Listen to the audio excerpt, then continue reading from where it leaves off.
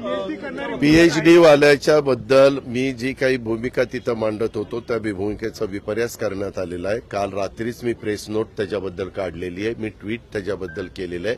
त्याच्यातनं आमच्यासारख्यांनी बोलत असताना मी त्यामध्ये फार कुठं दिवा लावणार आहेत असा काहीतरी माझ्या तोंडातनं शब्द गेला, तर त्याचा खूप मोठा गाजावाजा करण्यात आला। त्याच्याबद्दल मी दिलगिरी व्यक्त केलेली आहे। त्या संदर्भामध्ये माझी जी काही भूमिका आहे ती स्पष्टपणे मांडलेली आहे। मी मागे सभागृहामध्ये देखील सांगितलं की चीफ सेक्रेटरीच्या अध्यक्षतेखाली राज्य सरकारने एक समिती केलेली होती आणि त्या समितीनं साधारण महाज्योतीमध्ये, सारथीमध्ये, बार्टीमध्ये ह्या वेगवेगळ्या ज्या काही आपल्या संस्था आहेत त्याच्यामध्ये किती विद्यार्थिनींना बाबा एमपीएससी मध्ये, यूपीएससी मध्ये, आयएएस, आयपीएस वगैरे या सगळ्या गोष्टी ज्या काही आहेत ह्याच्यामध्ये कशा पद्धतीनं आपण संधी दिली गेली पाहिजे, आपण डॉक्टरेटच्या पीएचडीच्या संदर्भामध्ये काय भूमिका घेतली पाहिजे। आता काय झालं पत्रकार मित्रांनो, मला कुणालाही टीका टिप्पणी करायची नाही, परंतु काही पीएचडी हे जे काही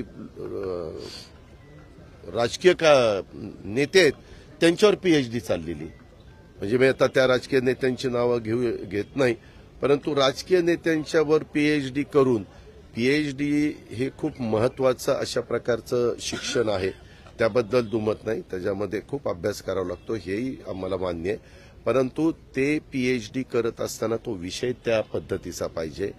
त्या संदर्भामध्ये निश्चितपणे ती कमिटी माहिती घेईल आणि त्याच्या पद्धतीनं परमिशन देईल।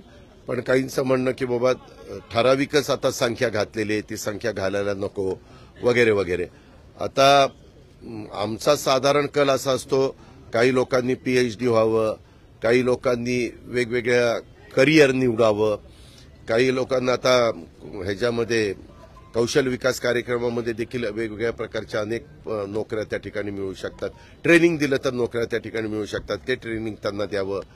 मध्ये आम्हाला एक माहिती अशी मिळाली, जर्मनीमध्ये जर्मन भाषा जर येत असेल तर प्लंबर, फिटर वगैरे अशा प्रकारच्या कोर्स केलेल्यांना जर्मन भाषा मात्र आली पाहिजे।